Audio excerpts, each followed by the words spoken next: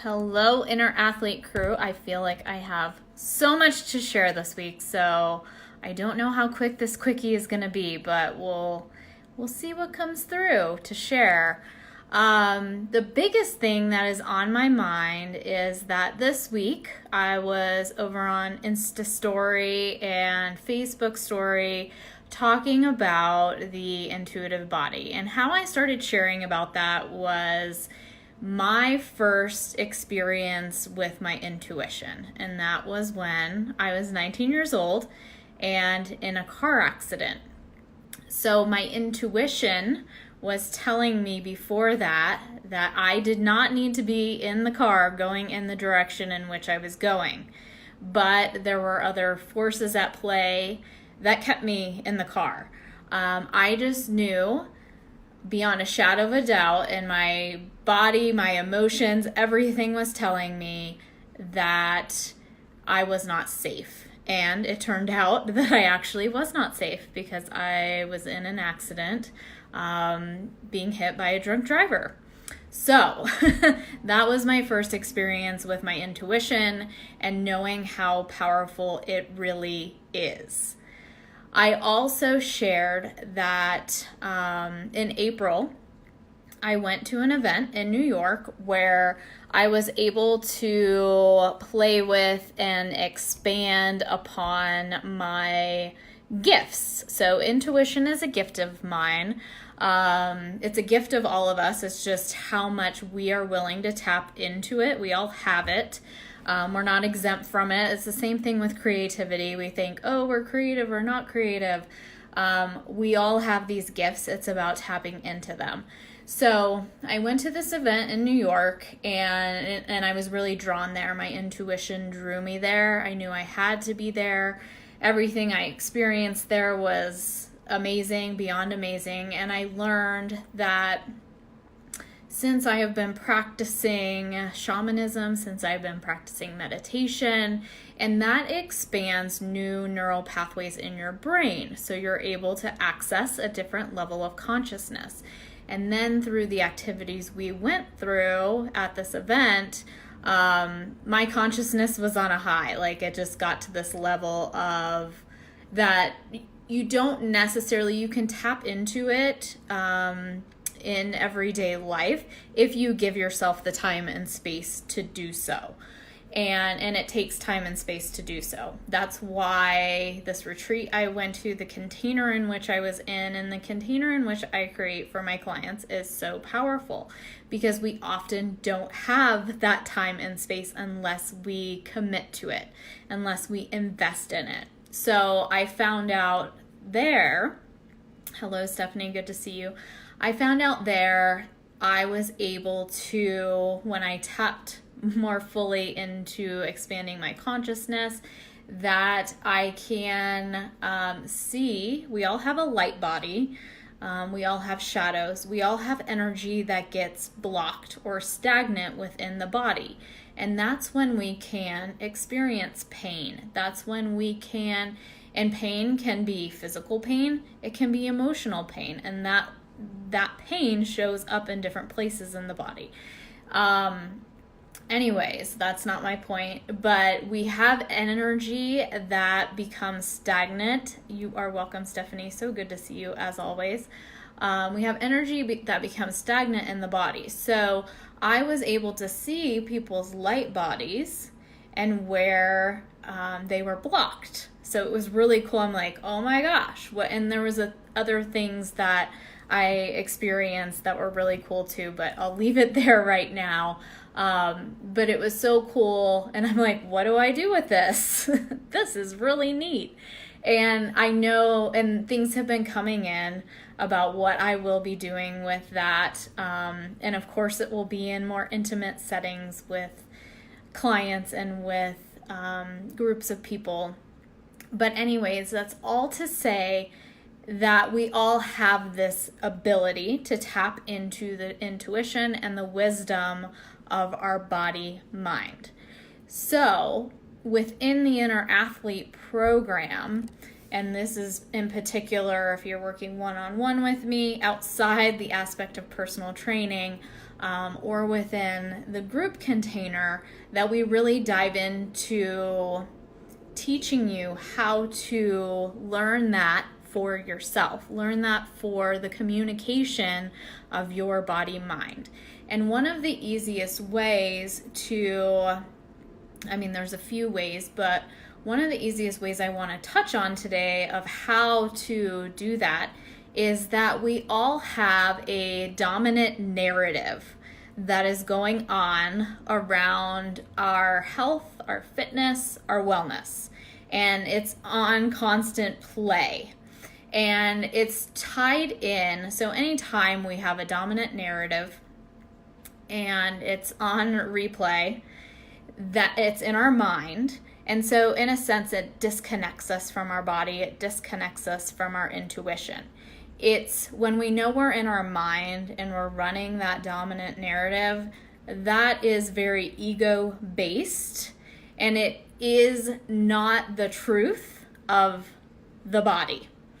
Or it's not the truth, and it actually makes it harder to tap into the truth of your body. So it's really about aligning that head-heart connection so that you can get in the body, so that you're not feeling like you're running around detached from the body, like your head up. You might feel things in your body, but you can't really explain them. You don't really know why they're there. So I've identified that dominant narrative for you. It could be, I'm in pain. It could be, I'm older now and I just can't do that anymore. Or it could be around perfection. It comes from many places. A lot of times for my clients, perfection is wrapped up in there. There's being a perfectionist. When you're a high achiever, you're likely a perfectionist. And I'm speaking from experience myself as well. So we have that dominant narrative, and then we have our non-dominant narrative, and that is the narrative of the body that it wants you to hear.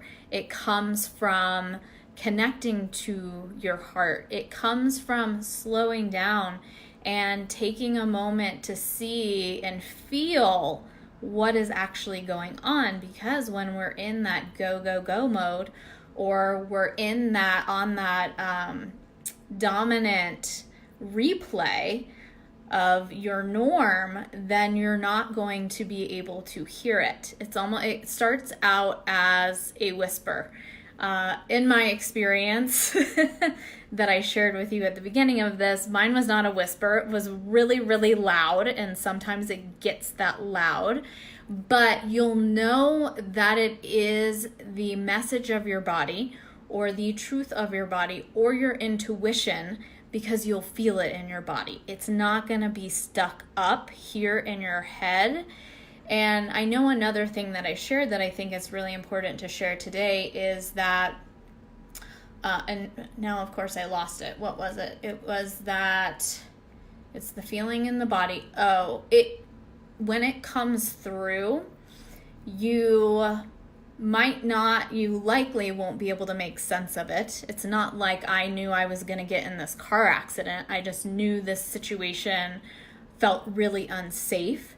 So that's how it comes through. It'll come through and you'll be like, So get curious about it, and then kind of follow the trail or the pathway of what is coming up is leading you towards. That's how it shows up initially. And the more that you practice it, the quicker you'll get in deciphering the message, especially as you get to know your body and the communication of it. But it's important to note that your intuition isn't showing up as a dominant story in your mind. It shows up in your body, okay? I think that's like the biggest thing to take away. So we're in the third week of the Inner Athlete Advantage program, and I know one of the things that's been very powerful within that container is head, heart, and body checks.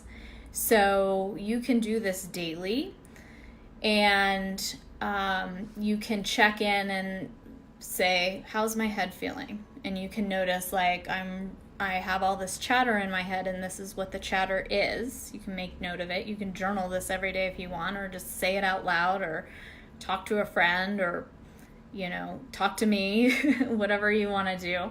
And then you can check in with your heart, and you can say, what's going on in my heart today? It might feel like it's really open and expansive, and that's really the place we want to be. And though we go through seasons of expansion and contraction, so don't get me wrong there, but it can be really open, or it can feel closed off. And usually when we're in our head a lot, our heart feels a little more closed off.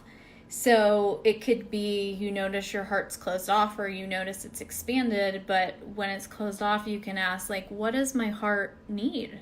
What am I not giving myself? What am I really longing for to feel? And take action based on that. And then check in with how you're feeling in your body. Like, are you feeling fully connected to your body? Are you feeling your gut more than you're feeling another part of your body? And your gut is another place that you can notice your intuition. You may notice, like, your throat might feel closed off. So what is it you're not voicing? These are just places that you can check in every day. And I know for me around voice, one thing, like, if it's feeling closed, that I might play a song that I like and sing, because that helps to open it up. So it's all about being able to see or feel where you might be stuck or holding energy that just needs to be moved. That's all it is. It's not anything crazy or scary or whatever else. So what does Stephanie say? It does. My intuition, I feel it in the middle of my chest and then sometimes in my gut. Yes, that's awesome. So as you keep practicing this, it's going to get a lot easier to shift your energy. It's going to be a lot easier to tap into. Another thing that I have clients do at the offset of working together is ask. So it's that curiosity that I brought up, like, what does my inner athlete need today? So before taking, and we can really apply this to any area of our life, but before taking action on something, versus, so we're in that dominant narrative that kind of runs everything, and we're on autopilot where we're not really thinking about the actions we're taking, we're just doing. But taking a step back and slowing down and really getting into that curious place, like, what does my inner athlete need?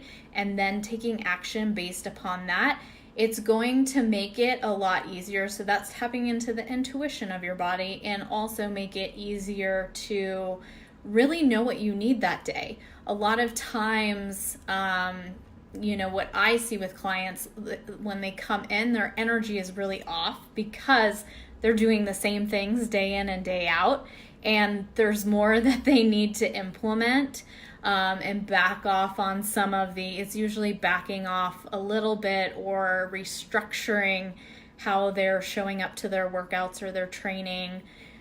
It's how they're showing up around their eating. It's those things can be tweaked, but it's usually other things that they're denying themselves that are causing some of this imbalance in their energy that they're feeling. So I think all of this, I'm like, is there anything else I want to say? I think all of this is very important to know as a foundation of being able to do both, to take the action and be healthy and feel energetic and feel strong, but from a place of inner knowing and wisdom of the body, versus your mind deciding every single thing you're going to do, and then you end up burning out, or you end up with injury or some sort of health challenge. So yeah. Let me just read this last comment. The fact that you said it just needs to be moved stands out to me. Good to know it's that easy. Yes, it is. It's just, we have to move energy in our body all the time. that's another place where I've realized in working with clients, and where some of them, if they're not open to it, can be a little scared or confused, like, how is this actually going to help me? Because yes, you can go and work with energy healers, but movement, so exercise moves energy, but if you're always choosing exercise as a way to move energy, there's other places that energy may get stuck that exercise isn't going to help. That's why I brought up like, if I'm feeling stuck in my voice, exercise really doesn't help me with that because I'm not using my voice, so I'll sing. That's just an example of why you want to do those check-ins. And it's also an example of, over time, especially for people who have been in the game of exercising for a long time, exercise, it's kind of like taking a medication. Over time, it maybe doesn't work as well and you need to up the dose. If it's always exercise that you're relying upon to do everything for your body, then it's going to become less effective at doing all the things that you need it to do. Maybe in the past it did, or maybe you weren't aware of the things, but going on, and of course people can choose to do that, but if you want to actually reach your full potential and have the mind, the body, and the spirit working together, then you need to be implementing other tools. The way that I saw it in, I feel like I've said this so many times, but I feel like it's also very powerful, is that in a meditation recently, I saw it coming through as, you have the part of you that I explained is in your dominant narrative, and then the part of you that's like so exhausted, and these three parts in between, which I've more downloaded, that are like the mind, body, spirit, and where they're not fully like lit up, they kind of look like ghosts, or they're not connected to one another, and we really need that connection to reach our full potential. So, and really radiate and really be in the essence of who you are, actually embody who you are. So yeah, that's what I want to leave you with today. And I feel like I'm always on Instagram, so I'm like, what did I say on Instagram? I shared with them that I have some one-on-one spots open right now. So if you're really resonating with what I am sharing, then you can reach out. You can put your favorite emoji below, and I'll reach out with more information about that.